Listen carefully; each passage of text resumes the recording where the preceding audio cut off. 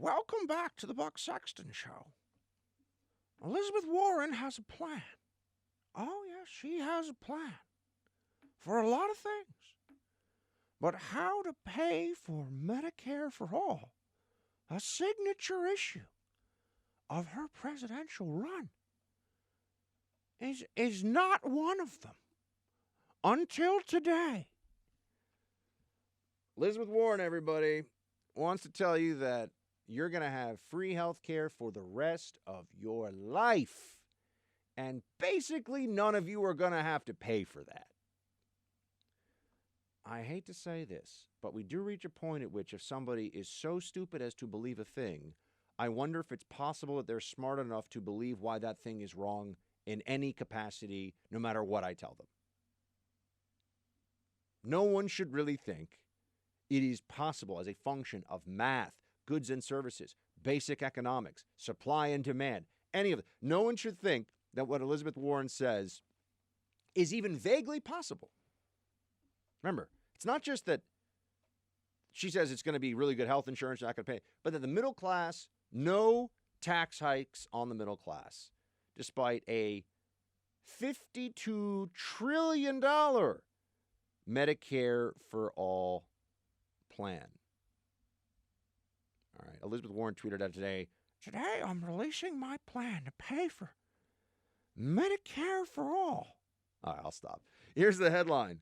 My plan won't raise taxes 1 penny on middle-class families. In fact, will return about $11 trillion to the American people. That's bigger than the biggest tax cut in our history. Here's how. My friends, this is utterly absurd. She's not only telling you that she's not going to pay, or she's not going to raise taxes on the middle class. She's telling you that she's going to engage in a tax cut? How is that possible? Here's what she writes on Twitter. I asked top experts to examine my Medicare for All plan. They concluded we can cover everyone, and this is from Elizabeth Warren, all right? Cover everyone and give them vastly better coverage without a tax increase on middle-class families.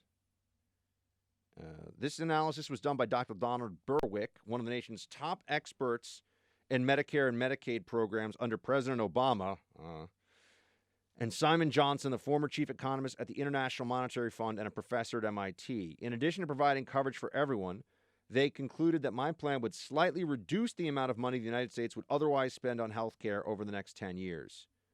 I'm fighting for Medicare for all. I have the only detailed plan to pay for it, and we're the only Democratic primary campaign that has laid out the true full costs of any health care plan, Medicare or otherwise. I look forward to others doing the same. My friends. Oh, and here you go also. We cover the remaining $11 trillion with taxes on big corporations, Wall Street, and the 1%, and enforcing the tax laws we now have. Add in a targeted cut to a Defense Department slush fund, and that's it. This is just insane, my friends. This is completely and utterly bonkers. And she's supposed to be the super smart policy wonk of the Democrats who are running, her and Buttigieg, who are both, he's also a Medicare for all guy. They really think that they can do this. They think they can do this in a way that's so efficient that you could have Sweden or, Denmark levels of universal health care without their levels of taxation. How would that be possible? Why would we be so much better at this and that? And keep in mind, when we're comparing ourselves, which the Democrats love to do, to countries like Sweden that have, let's say, 20 million people in it, okay? America has 330 million people. The healthcare system here is much more complex, much larger, and is dealing with all kinds of complexities. No one's sitting around saying, when are the Swedes going to cure cancer? I mean, maybe, but it's going to be America, most likely. So we have a lot of things to think about for our healthcare system that other countries don't really, or they're free riders on our system.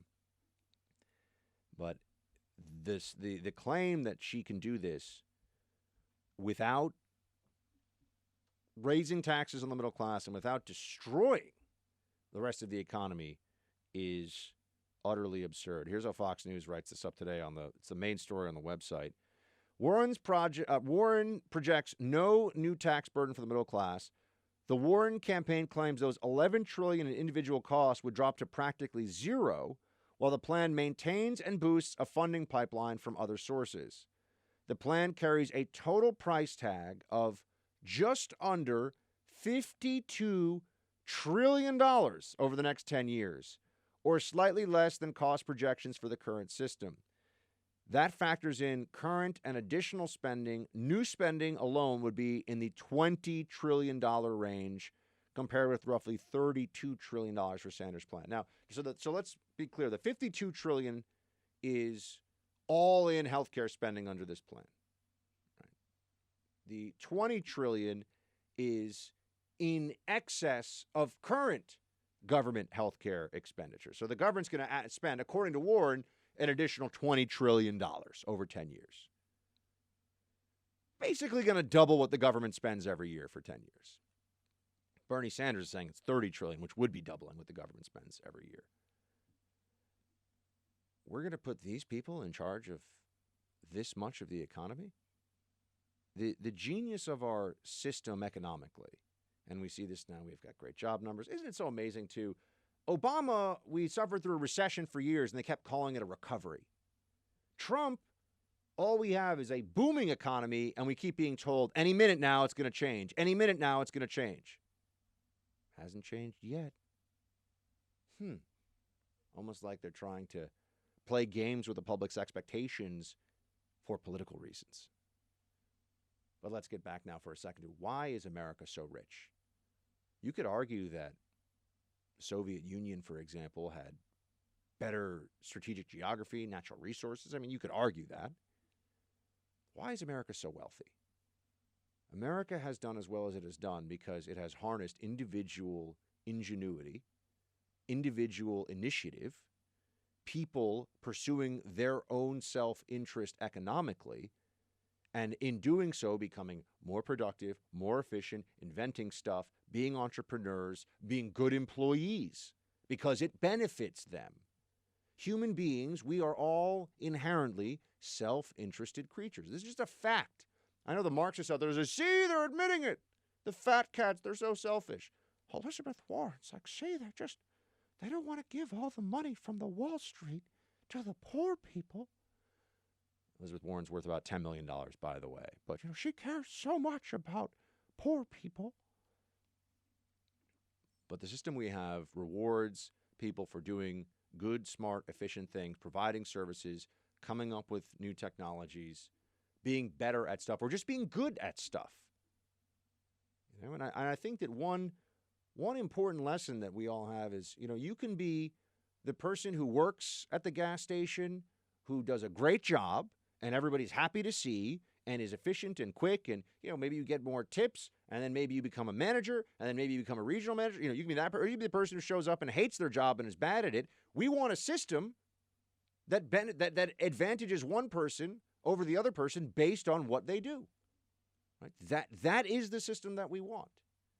And Democrats also refuse to understand that because of the market signals, because of price, and this now goes back into the central planning, which is, I know, a recurring theme that I've been bringing up with you here, but the government is not good at determining how many different kinds of milk we should have. Who should make the milk? Where should the milk go? Walk into a Whole Foods now. You'll see not just moo, cow milk. I don't know why I did a moo there, but it just came to my mind. You'll have, almond milk and soy milk and hazelnut milk and 5 different providers of a few of those, and they'll be in different sizes and different colored boxes. And what would happen if the government was saying, yeah, we're just going to be your milk provider? Do you think you'd have better tasting, cheaper milk? Does anybody? Elizabeth Warren thinks the answer is yes. Elizabeth Warren, and they would deny this because it clarifies the situation. Elizabeth Warren wants you to believe that if the government was in charge of what milk you could buy in the store, the government was the only person paying for milk, the government got to regulate what kind of milk was out there and determine what the price of milk was, that you'd be able to go in there and I drink milk sometimes now that's so fancy, I feel bougie the first sip. I was drinking walnut milk the other day. I didn't even know they made that till recently. kind of good. Healthcare is even more complicated than the dairy or the milk industry. And put aside for a moment that almond milk is almond juice that's lying about being milk. We have very clear lessons for why we have had more people taken out of poverty in the last 50 years than in all of human history before it combined. It is because of markets, because of individual incentive, and because we have a system that leverages the desire within human beings to do well and to do better, and a system that inherently elevates the good, the efficient, the smart, the hardworking, and does not similarly elevate those who don't really care, don't want to do a good job, don't want to do it the right way. Now, if you apply Elizabeth Warren's thinking about, or rather our discussion about milk, to Elizabeth Warren's thinking about healthcare, all the things that I'm telling you, everything that we said was true about Obamacare, that conservatives said was true about Obamacare, turned out to be true. Yes, it was a stepping stone to single payer. They said that was a lie. Yes, it was a stepping stone to socialism. They said that was a lie. Now we have open socialists running on the Democratic ticket. Oh, what a shock. Yes, it would be mostly a massive expansion of Medicaid. You know, when I was debating healthcare at Politicon with a bunch of leftists, and my man Glenn Jacobs, who's awesome, he was on my team. He's the libertarian perspective, but libertarians also like markets. When we're debating this, I said to them, just explain this to me. And this really, including the MD, but he's a psychiatrist, so we know he's a little leftist wacky. Not all of them, but like 95% of them are. I'm just telling you, it's true. I said to them, why go through all of this? If the real problem is the uninsured in this country, why not just expand Medicaid to cover anybody who's uninsured? There's no such thing. If you don't have health insurance, now you have Medicaid. Why not just do that? Wouldn't that take care? If it's really just about insuring everybody, just tell anyone who walks in and says, oh, you don't have insurance? Well, now you have Medicaid. I mean, it can't be because it's too expensive. They're talking about $30 trillion, $20 to $30 trillion of new government spending. I mean, and you're only really looking at about 15 to 20 million Americans, roughly, who aren't covered in Medicaid, don't have insurance, or have a problem. Why radically transform the whole system? Well, because they want you to go to the doctor, and they won't say this, but they want your insurance to be no better than Medicaid, and somebody on Medicaid's insurance to be no better than yours. You're all going to be the same. Think about what that means for the people right now that are used to having insurance, used to having options, going to see private doctors. You think your insurance is going to get better? You think that's going to be fun? Oh, and Democrats want to make sure that illegal aliens are also right there with you now. So they have the same insurance that you do, too. Everyone's going to have the same insurance. Be government mandated. This is what the government will pay for. Go back to the milk on the shelves in the store. The government's the only person that pays for milk in the whole country. The government decides what's acceptable for the size of milk, the taste of milk. Is it going to get better? Is it going to get cheaper? You're going to have more options? They are fundamentally wrong. Just like what they said about how Obamacare was going to be amazing and great. Yeah, some people get subsidies. Some people get free stuff from the government. Other people have to pay for that free stuff. Not good for them. I thought this was going to fix the problem of the uninsured. Why didn't Obamacare fix the problem of the uninsured? Oh, now we need single payer. They told us we wouldn't need single payer. Now we do. The people who were right the last time, people like me, among many others, they should be listened to now. The people that are promising the magical chocolate cake that never runs out, that costs you nothing, that you can eat tons of and never get fat, they should, honestly, their ideas should be ridiculed. Elizabeth Warren's ideas is ridiculous. This is absurd. And no tax increases on the middle class that pay for this? That's, you know who comprises the tax base? People that make money. And yeah, there's a class of rich people in this country who already, by the way, pay a lot of taxes. But everybody else, because there's so many of them, that's where the real money is. Got to make everybody pay value-added tax, consumption tax, whatever it may be. They're going to throw all these things into the mix. It's a nightmare.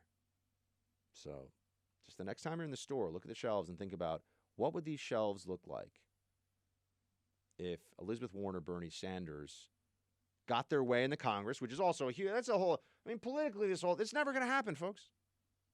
They're not going to get there. So why would you elect somebody that's got a stupid plan that's crazy, that'll bankrupt the country, and that the Congress won't even go along with? At least I don't think they would. Well, this is because I live in the real world. It's very frustrating to live in the real world these days. It's much more fun to live in liberal fantasy land, where everything would just be fine if it wasn't for Donald Trump. You know, we could fix everything, give everyone great health care. Nobody should be held responsible for their bad decisions. Nobody should feel like they're being left out of the economy no matter how little they do, or it's just the difference between reality and unreality. You know what side of this I want to be on.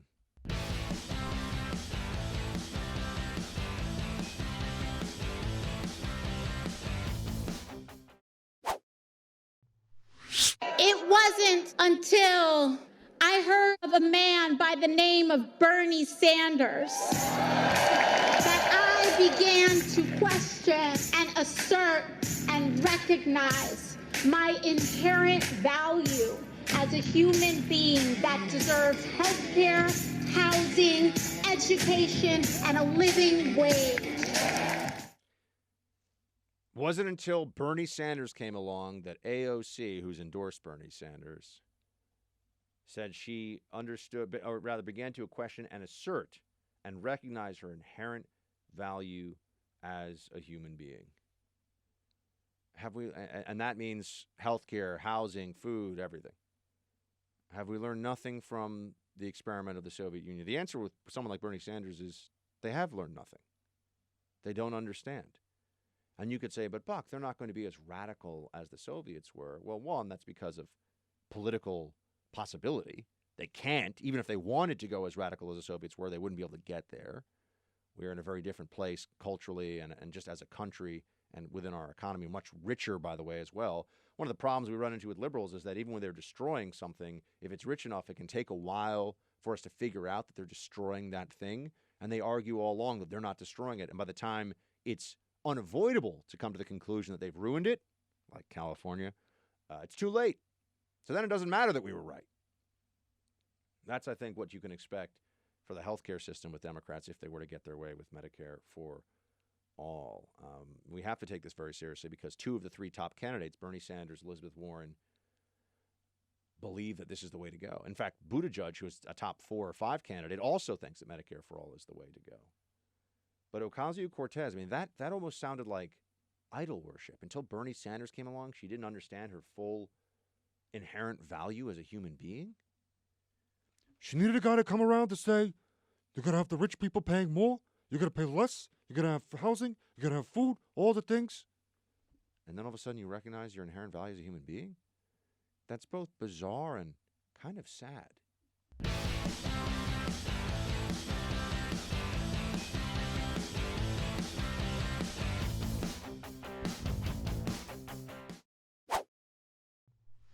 So I wasn't planning to spend much time here talking about Congresswoman Katie Hill.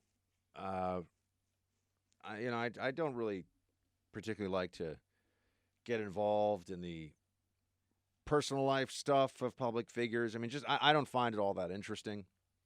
And it was already pretty clear to me that she was going to have to resign, and now she has resigned. It's a congresswoman from California. We had Tiana Lowe from the Examiner on earlier in the week talking about this. But now I've got a problem. Now I've got a problem with this because it's quite clear what happened. She messed up. She did things she wasn't supposed to do. And then because she associates with some bad people, including apparently her ex-husband, there was embarrassing stuff that happened to her.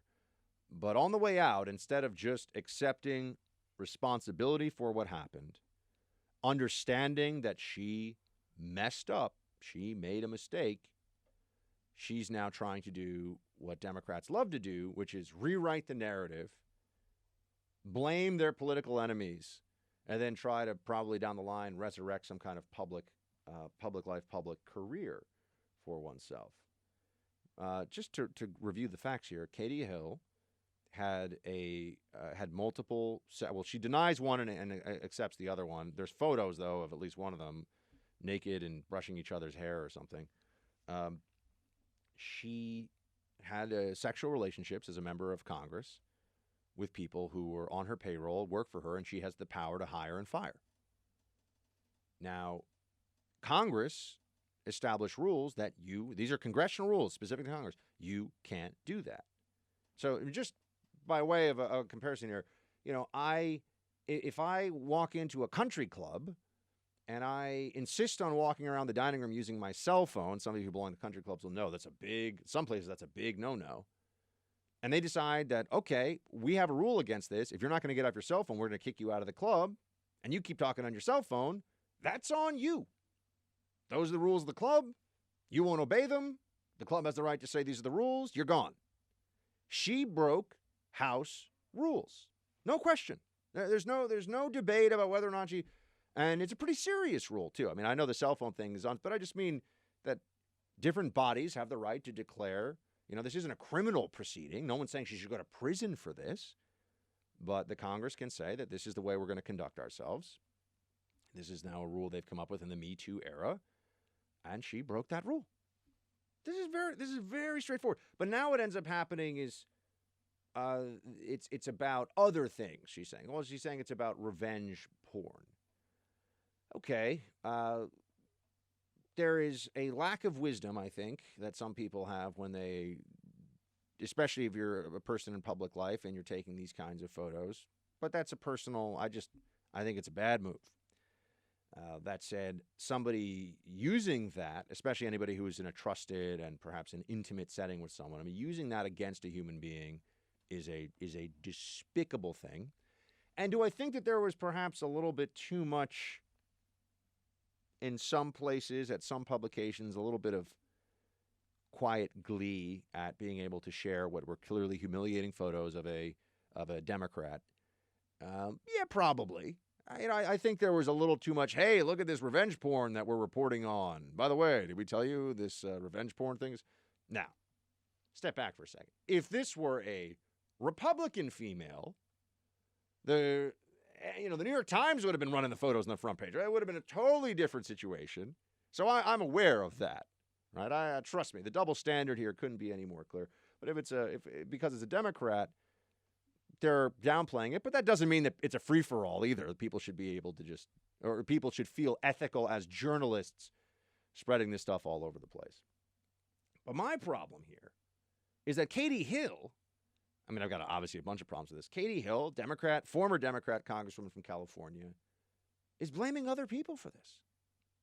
She's claiming that there's a double standard, that there's sexism at work here. Play clip 2, please. I will never shirk my responsibility for this sudden ending to my time here. But I have to say more because this is bigger than me. I am leaving now because of a double standard. I am leaving because I no longer want to be used as a bargaining chip. I'm leaving because I didn't want to be peddled by papers and blogs and websites used by shameless operatives for the dirtiest gutter politics that I've ever seen, and the right-wing media to drive clicks and expand their audience by distributing intimate photos of me taken without my knowledge, let alone my consent, for the sexual entertainment of millions. I'm leaving because of a misogynistic culture that gleefully consumed my naked pictures, capitalized on my sexuality, and enabled my abusive ex to continue that abuse, this time with the entire country watching. Nope, that's not why she's leaving. None of that is true. She's leaving because she had sex with people that she was paying with public funds as a member of Congress in her office. And that's unacceptable. That's it. Right? Oh, she can try to do all this other stuff. Oh, no, look at this over here. No, can't do it. Not allowed to do it. And the Democrats know that if they let her, if they want to talk about a double standard, what is the double standard? If they let her stay, then there'd be a double standard. So, and the Democrats now still like to keep this stuff. They're waiting for a Republican to mess up in this way. Can you imagine what the media frenzy would be? Could you imagine the news coverage that would occur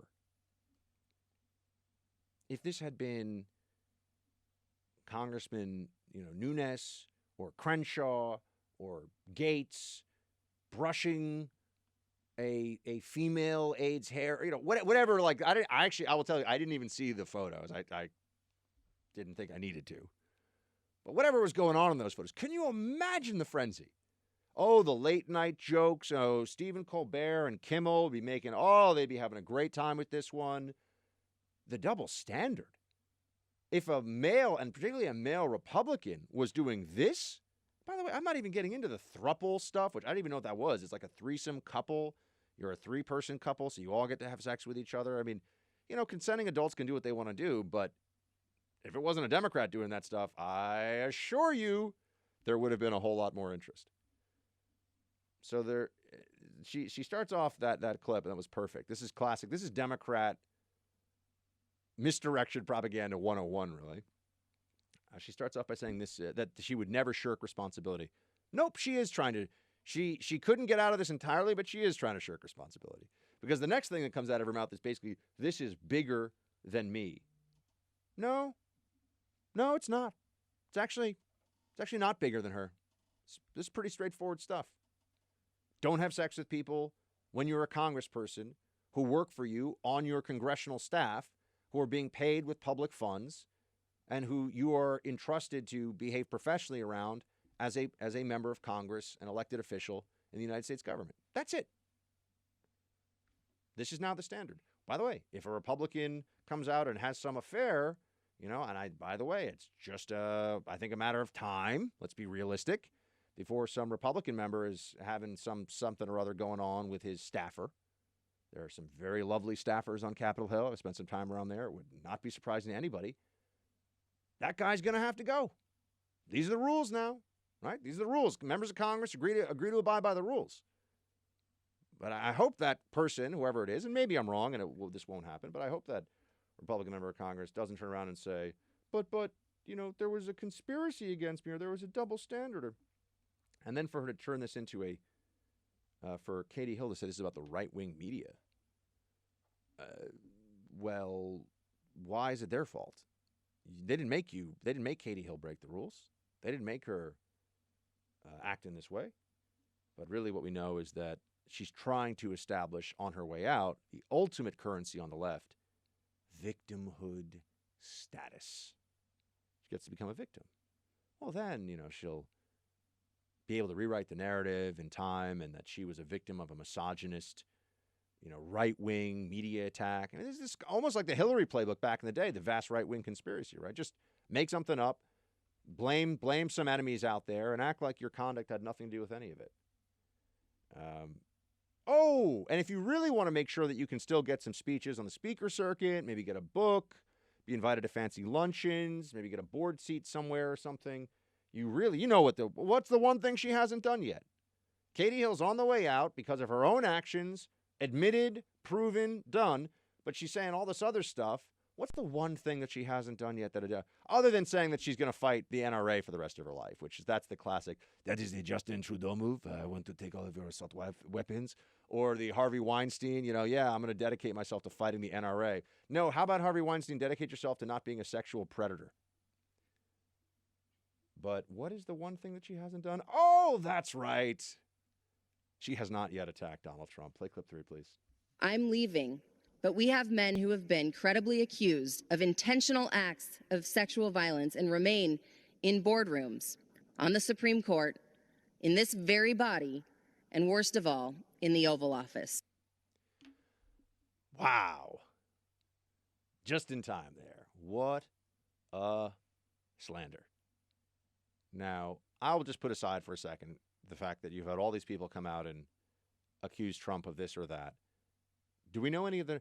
Who's the really credible source for Donald Trump engaged in sexual violence against a woman? And don't tell me this thing about he said he would grab... I know what he said. He was saying that they let you, was what he said. He says when you're a star, you can be sexually aggressive with women, and they let you because that is... He was saying they're consenting to it. Okay, that was locker room talk. We know that.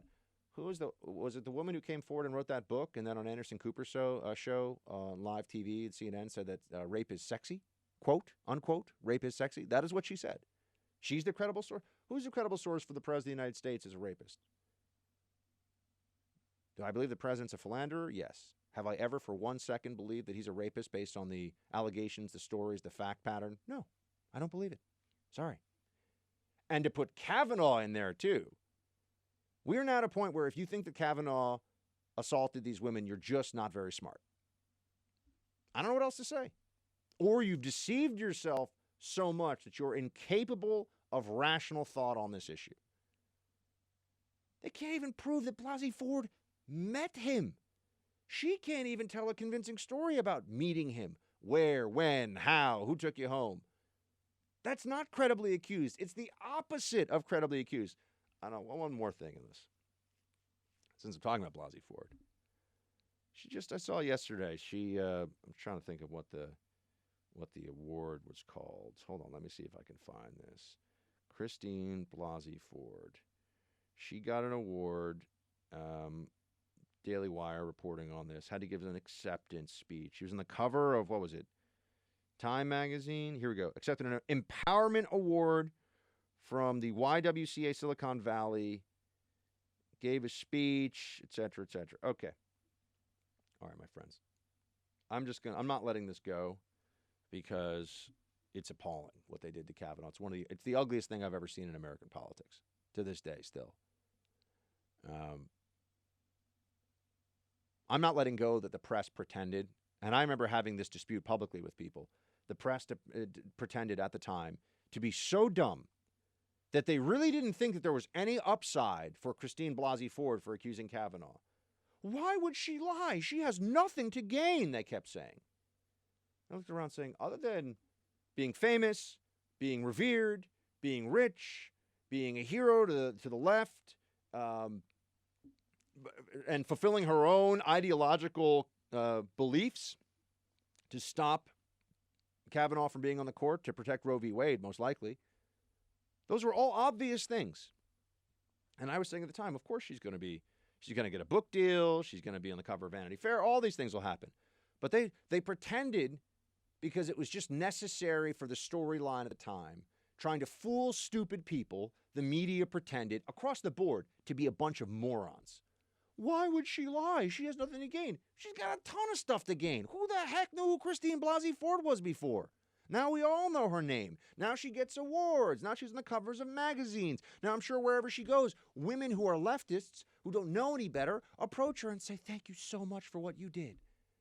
Thank you for making up a story and trying to ruin a guy's life in front of his wife and children and all of America. Because, Roe v. Wade, sacred. That's why. That's what she had to gain. This was obvious. Who didn't know that? I knew it. You knew it. Getting awards. Oh, just wait for the book to come out. Oh, just give that some time. This is why you can't trust the media, can't trust the Democrats. If nothing else, take that from today.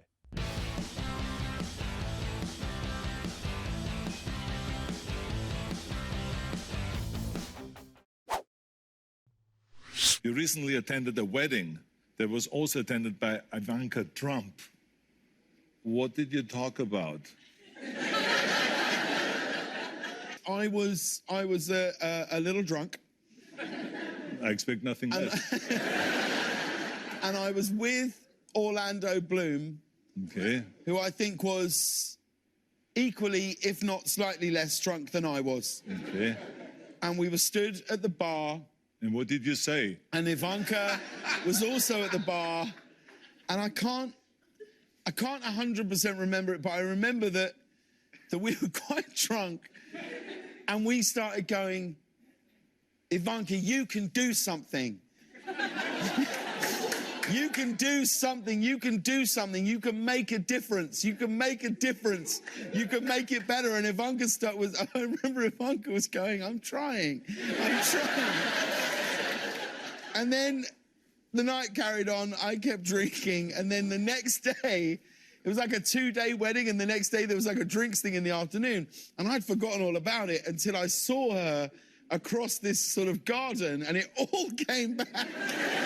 So, like that. And she just said, I bet you've got a headache this morning.